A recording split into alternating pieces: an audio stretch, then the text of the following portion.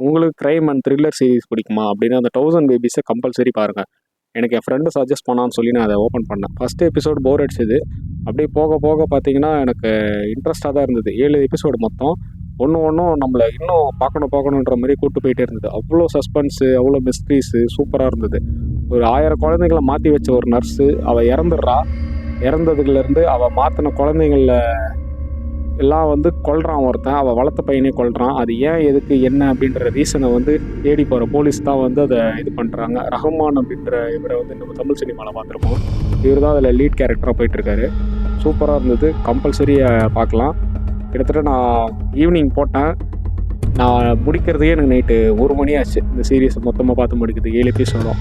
எனக்கு first season மட்டும்தான் இப்போதைக்கு நான் பார்த்துருக்கேன். இன்னும் இதில் செகண்ட் சீசனும் வரல. அவங்க நான் தான் the end is never end அப்படின்ற மாதிரி முடிச்சாங்க. ஸோ அது அடுத்த எபிசோடுக்காக நான் வெயிட் பண்ணிகிட்ருக்கேன்.